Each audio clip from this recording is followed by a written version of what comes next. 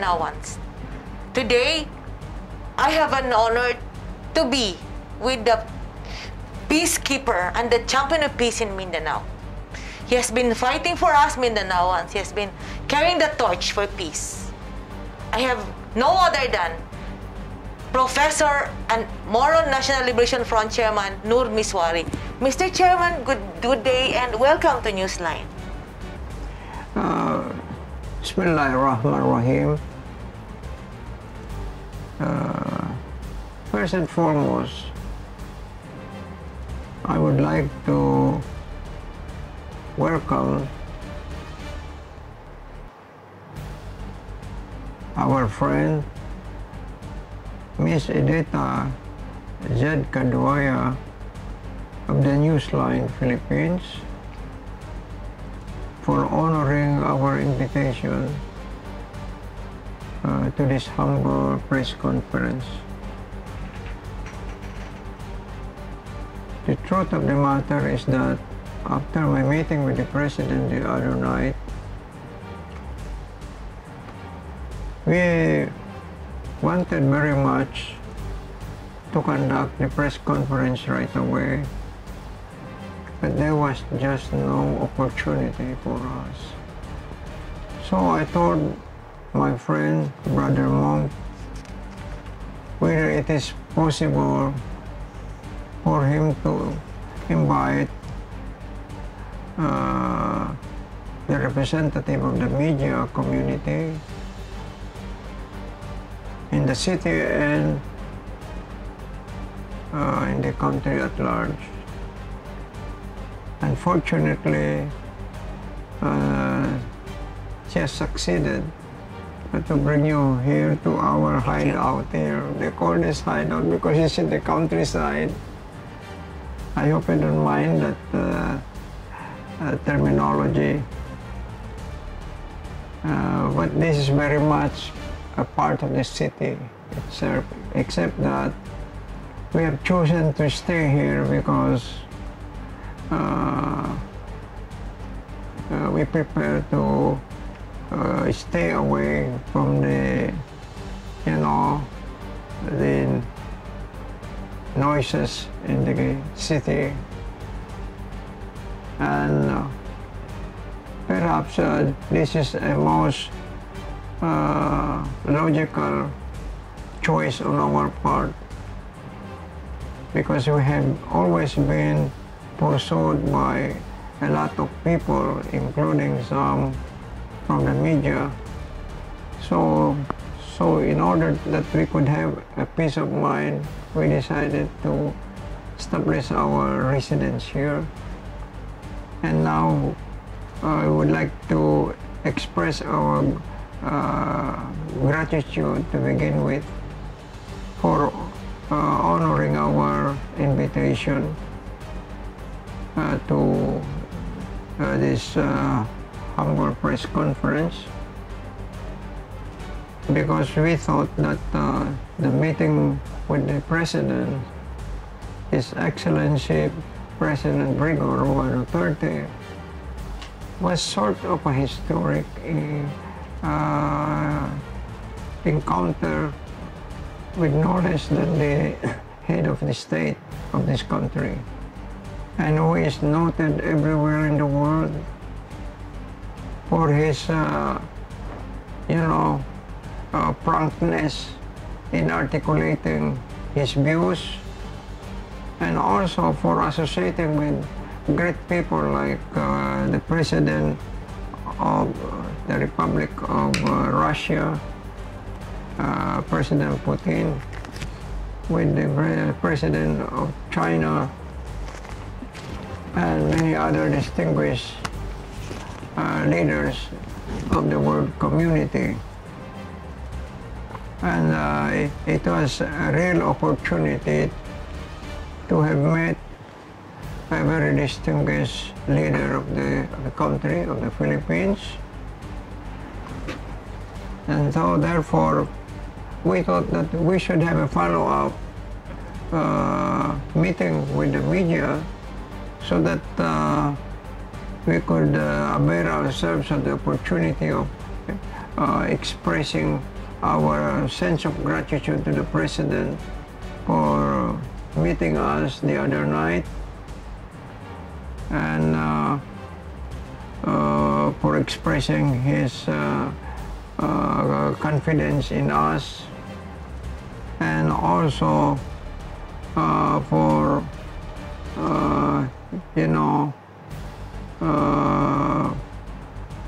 expressing his desire to get us involved in his government. The MNLF and my humble servant have always been supportive, rather discreetly, of the leadership of the President, because I have been dealing for many years, even for several decades, with the leaders of the country. I began my, my political activities during the time of the late President Marcos. In fact, I was the one who led the massive demonstration in Congress while Congress was still in Pasay sitting.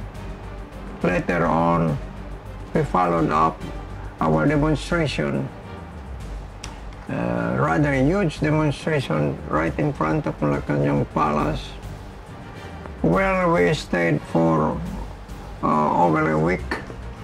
We occupied that a small area right in front of the main gate of the Malacanang Palace, and there we continued to grill our views on problem of the day, particularly in connection with the Jabeda massacre. Scores of our young people from Sulu, Tawi-Tawi, Basilan were unjustly executed. According to the late Ninoy Aquino, in our meeting in Saudi Arabia, he told me, he said, I was the one who went to the place of the massacre, and also in Southern Luzon, the innocent young people were brought to Southern Luzon from Tawi-Tawi area, and then they were, maltreated, and not only maltreated, that's a small way of saying, but they were put a strap of iron around their body and flown in a helicopter to the South China Sea and thrown into the bottom of the sea. And that is an incident in our life that we can never forget, and not only cannot forget, but cannot also forgive.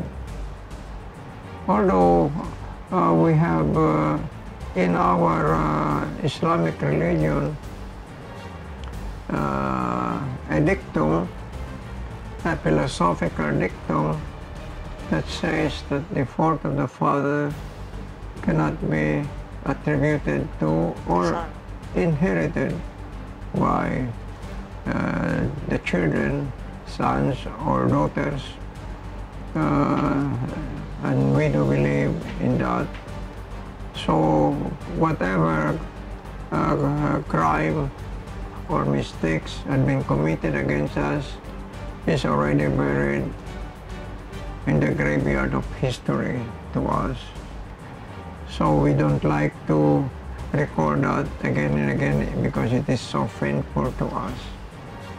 The Muslims, And now we have to begin a new life of our own, and in dealing with the president, with the government, and the whole country. And in fact, I have decided to stay in this very city, at the outskirts of the city of Davao, where the president lives with his family, and off and on, as demonstrated the other night, I have the opportunity to meet with the president, although most of this remain unpublished. But anyway, I'm very happy to have so much access to the president for his kindness to us, so that every time we feel like expressing our views on certain issues in our community and in the country, and in fact in the world community as a whole, we always succeed to seek the audience of the president. So, We Mr. are very Chairman, grateful to him. what are the most important things that you talked with the president that you can tell the public now? They are waiting. What happened to that talk? What were the most important things that you can share to the people of Mindanao and to the people of the world? What was the message that you wanted to partake? Can you give me in one or two words what do you exactly expect to from me? What is your message, given that there is problem now, especially the elections is forthcoming? What is your message to the Bangsamoro people as the leader? What can you say about the recent spate of atrocities in Maguindanao? We have also in Lanao del Sur. So, as the leader, what is your message to your people? Well, you know, by and large, the responsibility of articulating the response for people is in the hands of our leaders in the country, and specifically in areas where the incident occurred. In my case, what I can do is only to express my sympathy to our people, because I am not in a position, I have no power whatsoever to undo whatever mistakes or crimes have been committed against them. I'm so sorry about this. Before, I used to lead tens of thousands of armed forces, as you know, perhaps, and every time there was a massacre that occurred in every part of the country, I always took the cadre to make the response myself in kind. That's why I fought so many wars against the previous governments, but not now, because things have changed drastically. President Duterte has been very lenient to us, and besides, I would like to record that once he had told me that the feeling he has got deep in his soul is built on his blood relation with our people, in particular with the people of Lanao. He is very close to them, and in fact he's very close to all of us. In fact, we in the MNLF, including especially myself, we used to consider the president like an elder brother to us, or a brother to us.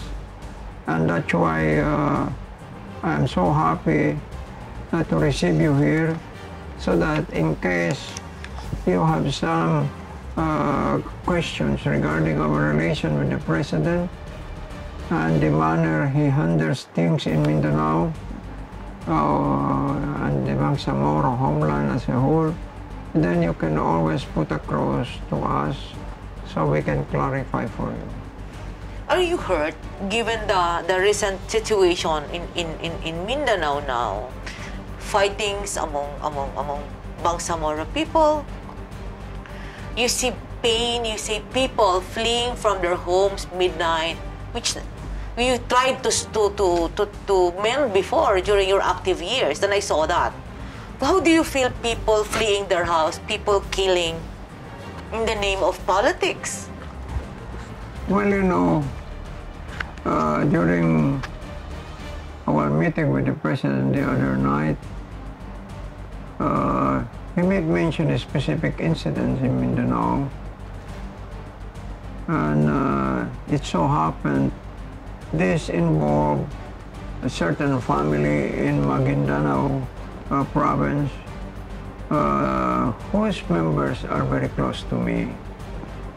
But that does not mean that we will close our eyes to whatever mistakes or, if I may say, whatever crime they have committed or are committing against the people and society as a whole.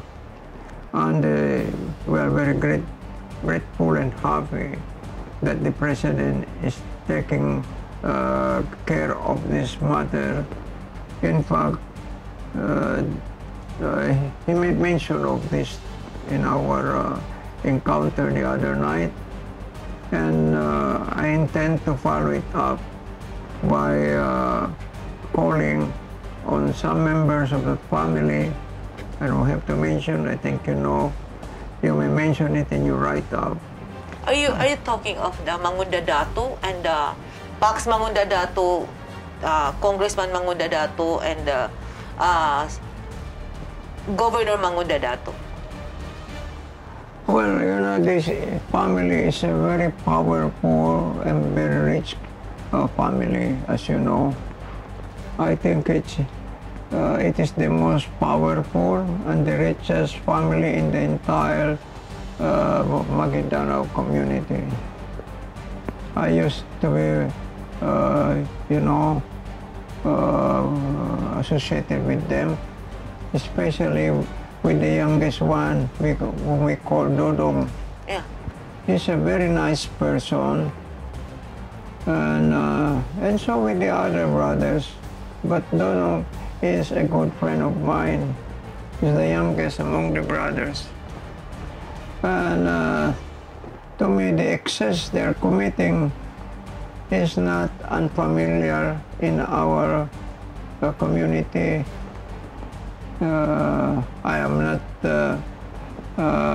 implicating people outside of our homeland, like in the Visayas and Luzon, but you know, these incidents are identical in nature with what happened in every part of our country. Not to say in other countries in our neighborhood.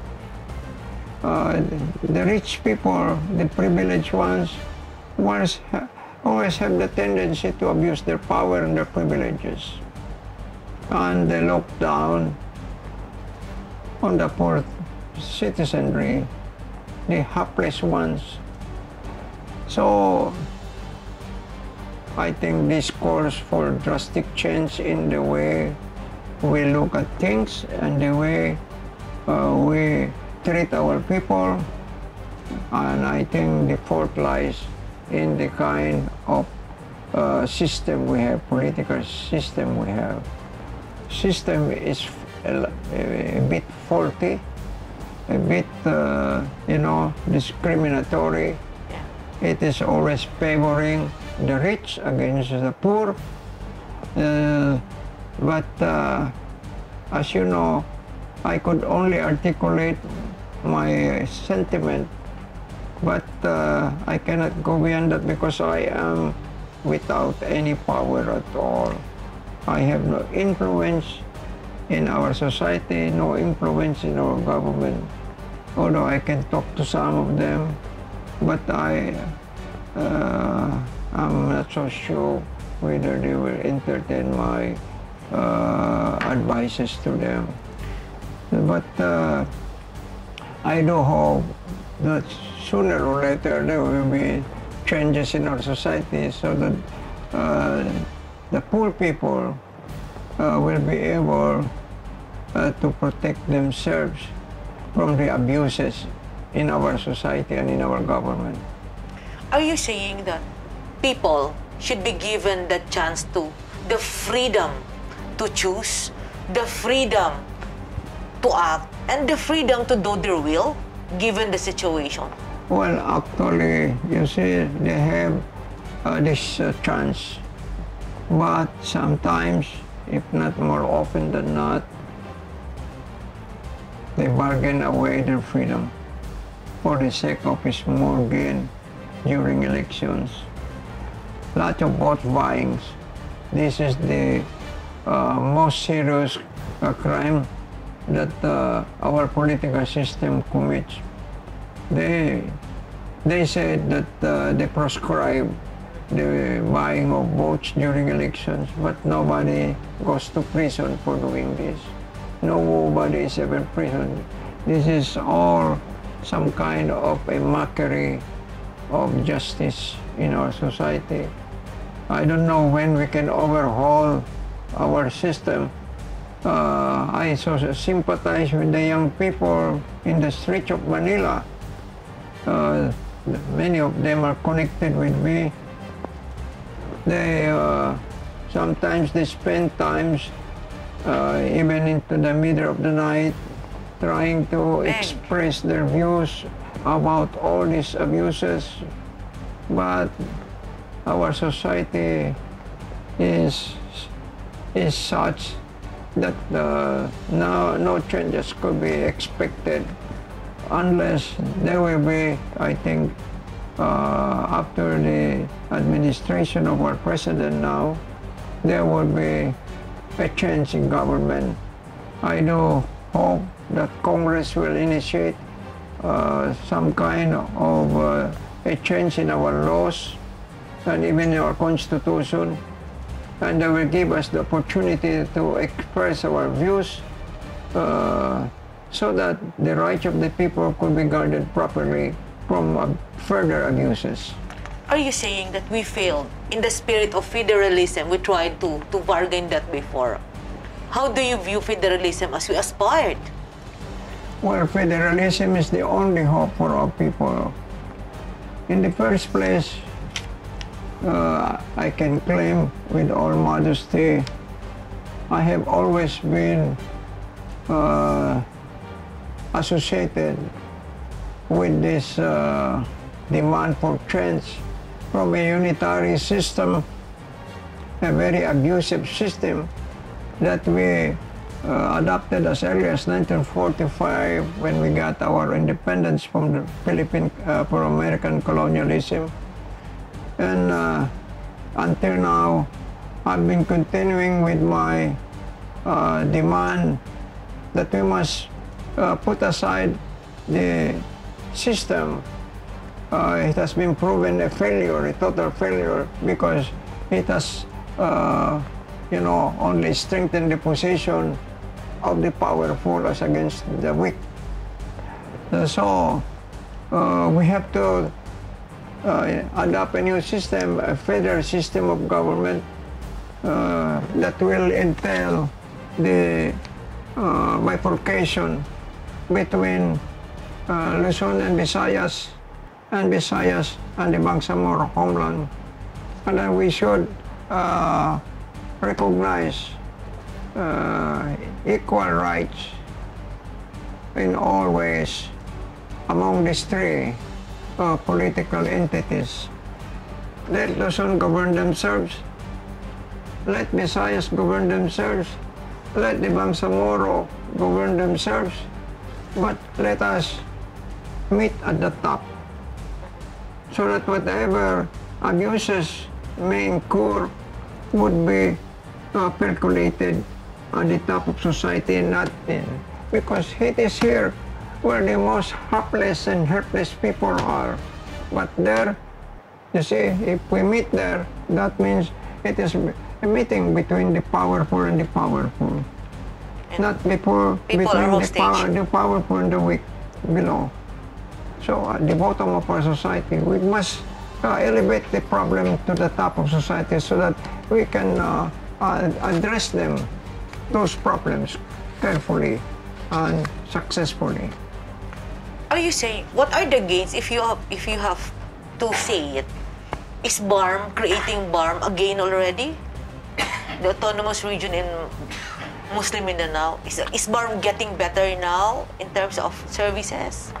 You see, I will not cite any further incident, but look at the huge amount of money that been poured into the hands of these people involved in the BARM. What happened? Some of these BARM ladies came one day to this humble room where you and myself are sitting now. I asked them, what brought you here? They said, Brother Chairman, Brother Nur, we are so worried because the huge amount of money that government has put in the hands of our leaders have been wasted by our leaders. Before, when we go to our meeting, we used to walk on our 2 feet. And maybe we could hire a taxi or like that. But now everyone has a car, expensive one. Where did they get the money from? The answer is, somebody told me, well, look at the leader of the MNLF. One time he went to the Vatican, met the Pope, and you know what he did in the presence of the Pope. I don't have to describe that. The media must have known that. But the purpose was to raise his hands for money, I understand, because it was exposed by the people who were in the company of this gentleman. And I made mention of this to the distinguished executive secretary. He stood up there, I stood up here. I said, look, you are dealing with these people are pouring the money of the taxes of the people.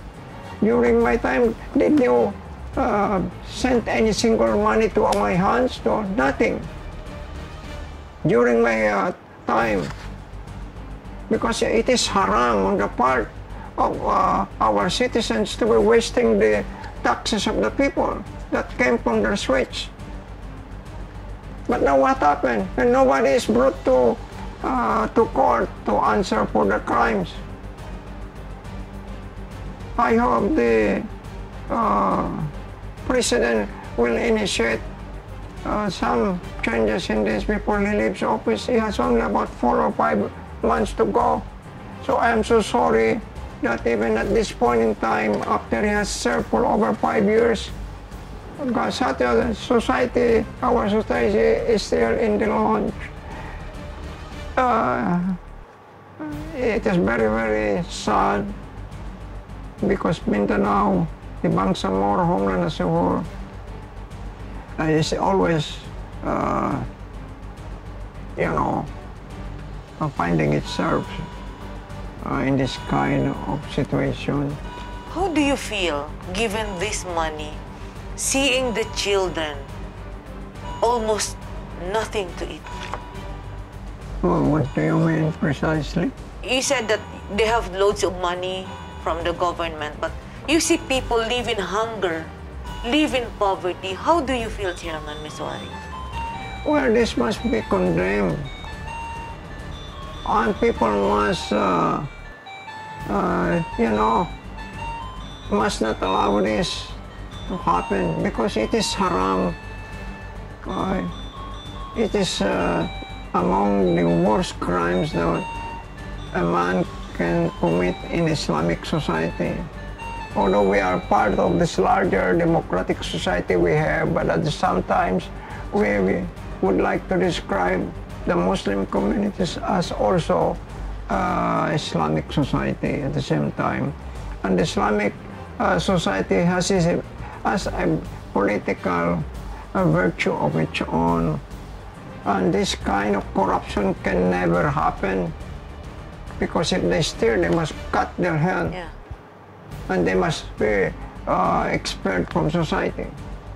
Stealing is a very serious crime in Islam, you see. But look what happened, because we are living in a corrupt society. Since time immemorial, we've always been living in a corrupt society, and until now, corruption is continuous in some parts, despite, of course, the initiative on the part of the president to rectify things. But it seems that as if the problem is so enormous, not only enormous, but it is monstrous. The magnitude of it. It is beyond the capacity of certain people or group or even government to rectify. Do you intend, there is a seat in the Bangsamoro Transition Authority. Do you intend to nominate an MNLF member to sit in the Bangsamoro Transition Authority? They mention about us joining them. I said, no, sir. We cannot join that kind of system. We don't like to be implicated by the crimes of the few powerful ones, because they deal with people, some people secretly. And you know what I mean. Dealing secretly. And this always involves the, misuse of some money of the people. Because the last time I remember, there were as much as 47, I don't know what's the volume of money placed in the hands of the bar. There was 74 or 75 billion. Yeah.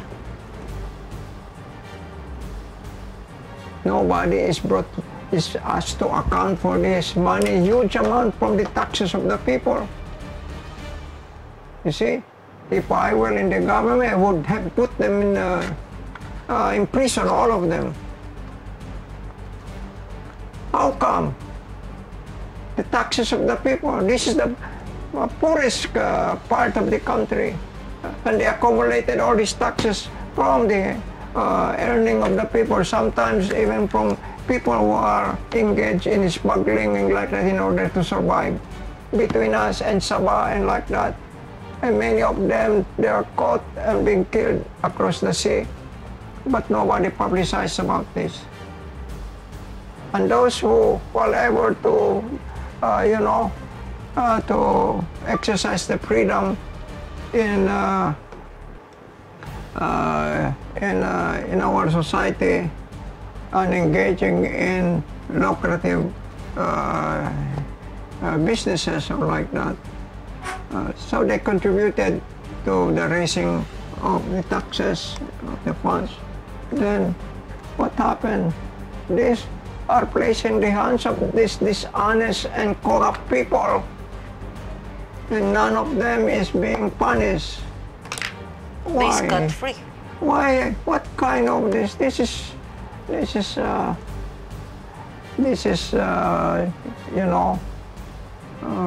very dangerous precedent. If we continue with this kind of life, then I would rather withdraw our homeland from the Philippine government, like before. Sometimes do you think about it, that if this continues and escalates with people, the young ones suffering, I'd rather pull this out from the Philippine mainstream society? Have you entertained that thought? I didn't get what you mean. Have you entertained also of getting the homeland from the mainstream, because you're wounded, you're hurt, you see people in hunger, you see people starving, You see people oppressed. Yes, because, you know, if we continue to give absolute freedom to these bastards in society in abusing the people, what will happen? We will become, as it were, a party to that crime. But if we will be segregated from the rest of the country, but you see, look, there are no abuses as monstrous as those obtaining in our community. And the government is dealing only with a small group, a tiny group. Why are they doing this? You see? When I was the governor of the arms, no single money went to waste. You see? I was working almost 24 hours of the day, supervising the construction of highways in Sulu and in part of Mindanao and like that, Lanao, personally myself, you see. No money went to our hands. These are all transactions between the government and the concerned businessmen. Just to develop your But community, now, your homeland. they give the money right into their hands.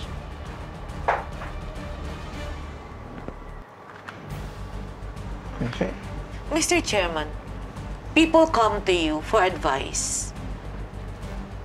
January is just how many months away? Elections is coming. Yes. Will you talk to your people? I'll give you that. Talk to your people. Talk to your people in your community. Talk to your homeland. They listen to you. Talk to them now. Well, of course, I cannot avoid doing that. I'm waiting for the opportunity. But the problem is, we have very limited choices. It's your time, Chairman. Talk to them. The camera is yours, yeah. Yes, we have very limited choices because usually the Commission of Election would present to us only people who have the same color as their elders. Lately, I came out with the philosophical idea, and it was, you know, and it literally caught fire even abroad in the Islamic world. I said that the fault of the father cannot be inherited by the son and vice versa. I said that most sincerely, most honestly. But I forgot to amplify, and now I want to amplify. Your time, Mr. Yes. Chairman. I want to amplify for the sake of the people and the media that while I uphold this dictum, at the same time, I also don't give any excuses to people who commit crimes against society themselves, like that. You see? So, therefore, if, as I've said, we are ready to forget what happened in the past, those crimes or mistakes or errors or what, or shenanigans that will, you know, committed by the elders. But we must not forget that those who follow them should also be accountable for their own faults. So we must watch out carefully, because I heard some people, I don't have to mention names, who said that when I come to power, I shall follow the footsteps of my late father. Something like that. Maybe not exact wording, but the idea expresses the same. So I said, that's very dangerous. Because as if they think that what their parents had done, you know, well acceptable to society then and today. But I hope in the coming election the people will open their eyes and they will choose the best possible leaders who can lead them into the future.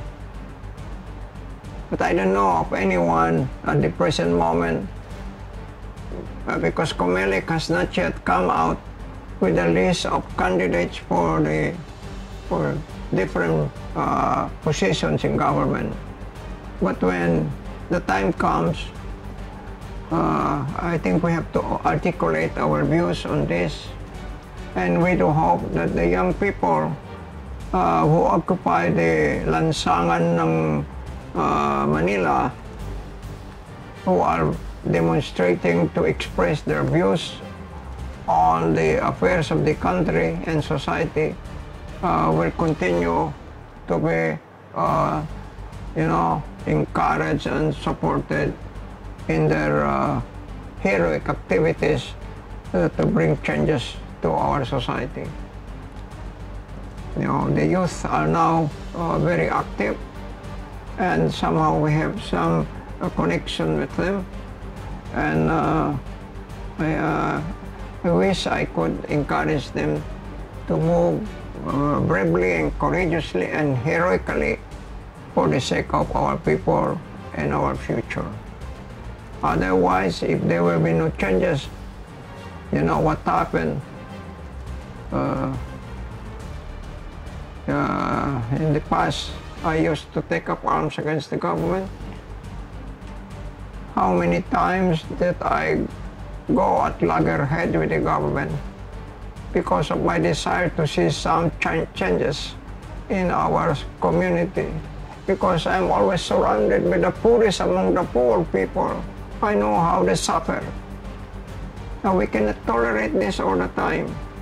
That's why now I am watching carefully who among the people are vying for position in our national government, local government, and I will try to convince the people to choose the right ones. Will you do that during the? Will you do that to tell people what to tell people whom to vote, or will you give guidance to the people as to electing their officials, especially in your homeland? Well, of course, that is the essence of this, of what I'm saying. I hope the people will listen to us, but the problem is the question of money. Money is more powerful than our voice. You see, the poor people, if they're offered some money, even right in front of the precincts, some people, I understand, they bring bag full of money, and they, you know, distribute this money to the voters just before they Cast their vote. make their decision. It is always like that. But what happened? Nobody have the courage to stop such shenanigans in our electoral process. Do you believe that one day soon, changes in the electoral process can be done? Is it still realistic to dream of at least a free Bangsamoro homeland, a peaceful Bangsamoro homeland, a peaceful elections in the Bangsamoro area? Yes, in fact, when election time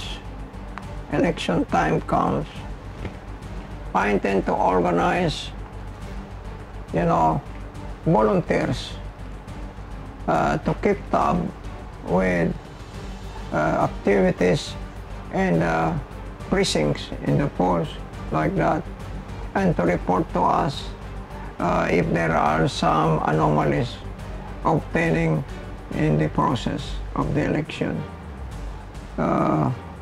Here we can go only as far as our part of the country. We cannot talk about the Visayas and Luzon. We have no way of doing that, but only here in our homeland. And the MNLF has huge number of people. We count by the tens of thousands who can implement and carry out the mandate we have in mind. So I do hope that elections will be more fair and honest here, because I used to hear before that among the worst anomalies during election times used to obtain in various parts of Mindanao and the Bangsamoro homeland, and I am ashamed of that. See, and despite their anomalies, they are still in power. They continue to remain in power, and they have no conscience at all. They are not ashamed of having, violated the trust of society and country and government in them. Is this the kind of Bangsamoro homeland that you fought for? This is what we want to evolve here. We cannot impose right away, but we think of an evolutionary process, a historical process that eventually bring about some substantial changes in the way we conduct ourselves here. And in the coming election, I think MNLF will try its best to convince the politicians not to violate the laws in order to come to power. We will try to advise them like that. If they want the support of the people, they must come up with a program of government that will hold some promises for the future. In fact, how many people wanted to come from Manila and other places? My advice to them is, before you come and interview me or talk to me, prepare your program of government. Once you come to power, what is your pledge to the people? What can you offer? What can they offer to the Bangsamoro homeland? Well, they have to follow the mandate prescribed by the law. And of course, to improve the physical environment, to spend all the budgets, the resources for the people, the resources intended for. They must not, squander those budgets in high places. Some of them maybe are wasting the money in gambling areas, or I don't know where at. But it's just that very seldom do you see tangible changes after the election. Mr. Chairman. That means the budgets are not being they are not being used for the purposes intended for. Mr. Chairman, you now hear and see atrocities in your own homeland. Lately, there's bombing, there's evacuation, massive hunger. How do you heal the frustration in your heart? How do you process yourself? Because I know for a fact, this is not the kind of Bangsamoro homeland you fought for. This is not the kind of community that you were trying to build. But as it is now, it's the irony. Yeah. It's haywire. I am very happy that you can appreciate this. but I'm not going to give up. I will continue my, my humble efforts to bring changes to our society for as long as I live. And in fact, in my talks with the President the other night, he was mentioning to me about the trouble brewing in certain parts of Maguindanao province. Some of the members of this family are close to me. And if I have the chance, I will talk to them and advise them, change your ways. Otherwise, the government might do something to your family. You might, you might not be happy should the government take drastic action against you. I think you understand my reference. I am from North Cotabato also, Mr. Yes, Chairman. of course. But I don't know, I will try to find an opportunity to talk at least to some of them. Sit down, break bread, and talk. Yeah, and thank you so much for that. But I am not so sure yet whether I will succeed to find one of them, because since so many years now, I have not seen any of the members who were close to me before, members of the family. But I will try to find ways and talk to them, advise them.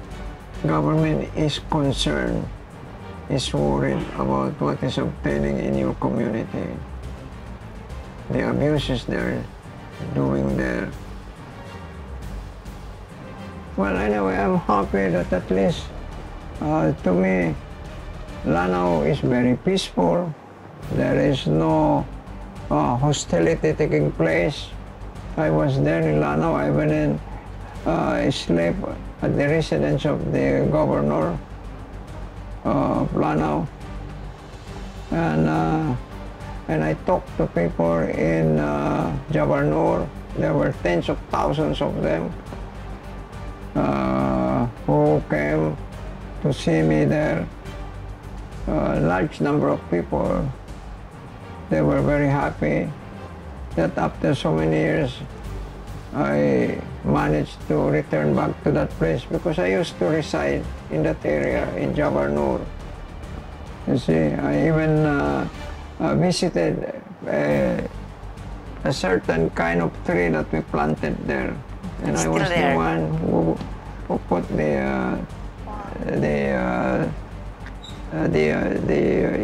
Was it a sentimental journey for you?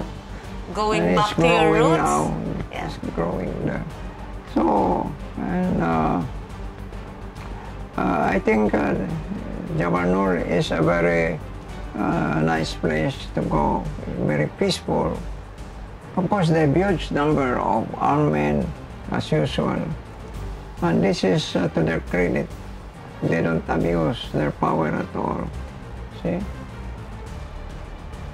Lanao is very, very peaceful right now. I have not heard of any. How do you describe Maguindanao now? Well, Maguindanao is defined by the consequences of the waste edge of money that has been placed in the hands of certain group there by the government. Huge amount of money, which I call haram. Allah will punish them in the day to come. They were entrusted for the development of the community, but nothing happened. One lady came. You know, Brother Nur, before, when we met, we came only on foot. Now nobody comes on foot. They come in luxury cars. I said, where did they get this money from? Whereas, if not from the budget given by the government. You said they came here to complain to me, but I am helpless, I cannot help. That's all what I could say. I said, once I see the media people, I will tell you what is happening there. You see? These abuses. Ask the people whether this had ever happened when I was in power. Never. I never tolerated any kind of corruption in our administration. Even if I went away, to the Middle East, staying months and all, and also in my projects, circumferential projects, building roads in our homeland, in Lanao, in Sulu, etc. I was very happy that things remained orderly and no corruption at all. Besides, the budget was very, very limited, and we had good people who were in our governance at that time. We have the SPCPD. Father Mercado was very influential. He was my deputy in that SPCPD. He died last year. He has passed away already. So with this kind of people you deal with, you can imagine what will be the impact on society and your governance. But these people, if you leave them alone, they squander the taxes of the people. Mr. Chairman, do you have parting message to your people there? You can say it in Arabic. You can say it in your language. It's your privilege now to talk to them. No, I would rather say it in English because my message has universal implications. Yeah. So everyone in our society and in the Philippines and outside can understand. Go ahead, Mr. Chairman. You see? Well, first and foremost, I do hope that in the coming elections, which is just barely 4 or 5 months away, the people will not,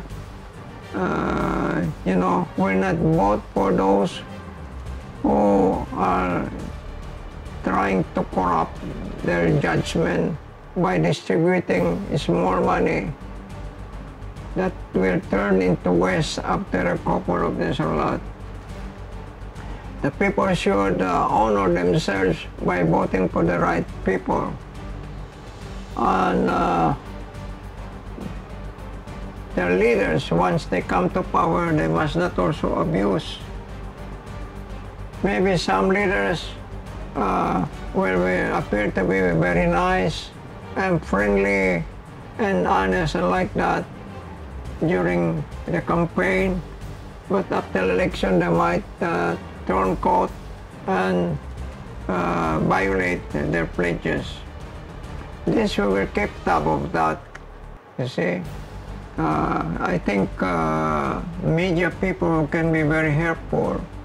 They must try to summarize what does this candidate stand for in terms of social changes, in terms of the management of the budget that might be entrusted into their hands.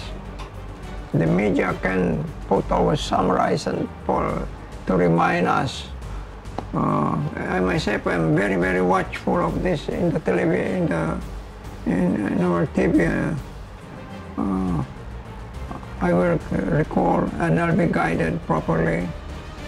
And young people in Metro Manila, those who occupy what I call the lansangan ng Manila, they should be encouraged in advocating changes in our society.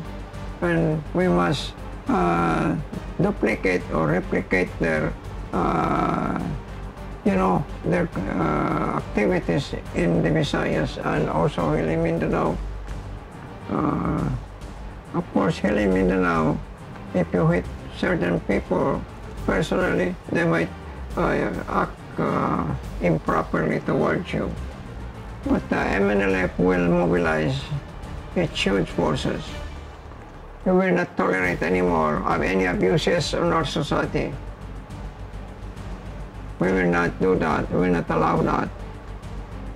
We have been discussing day and night here in this small room with representatives from Lanao, from Maguindanao, from Zamboanga, from Palawan, from Tawi-Tawi, and all here. See, including my brother here, used to stay with us here. We discuss about what possibilities we could do in order to transform our society into a better one. I think in the coming election, we will be very active in policing, so to speak, the peaceful conduct of elections.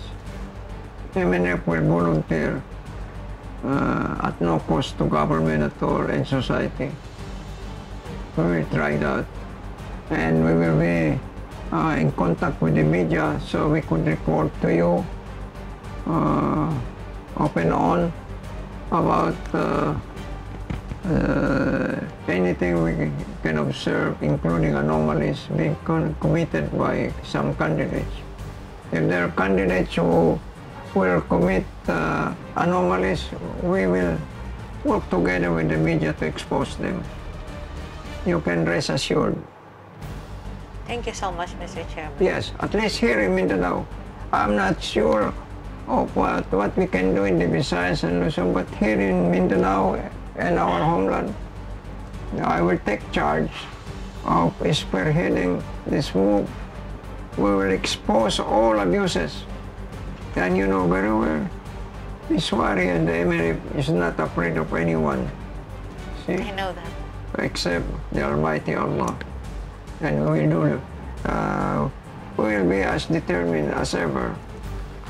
You see, I have been away, operating abroad and like that. And in fact, recently I was, if not for this invasion, this invisible invasion of the, what they call it, COVID? The COVID invasion. The COVID and the Omicron. No, I was planning to go to Moscow, go to many places in the world to talk some leaders. We have some agenda in our program of action, but now it is just impossible. I was supposed to go and visit Erdogan, President Erdogan of Turkey, and President Imran Khan of Pakistan, and several other distinguished people in the Islamic world. But now it is next to impossible. It is not possible to undertake any activities abroad or even in this country. In fact, even the hotels, sometimes it's not possible to stay in those hotels. They're already infected by these invading forces of the COVID. So thank you so much, Mr. Chair. Because they are invisible. Before you know it, you are down. So I would rather stay here in my small room here, you see. And if people are kind enough, like your good sir and your entourage, they come to visit us, then we are most happy and very grateful indeed. And we will never forget this. We will be very grateful to you. I'm so honored, Mr. Chairman. Yes, Ms. Caduaya and your entourage and also your friends everywhere. Tell them that Brother Nur is very, very thankful to us, the media people, for visiting him in his hideout. Thank you so much, Mr. Chairman.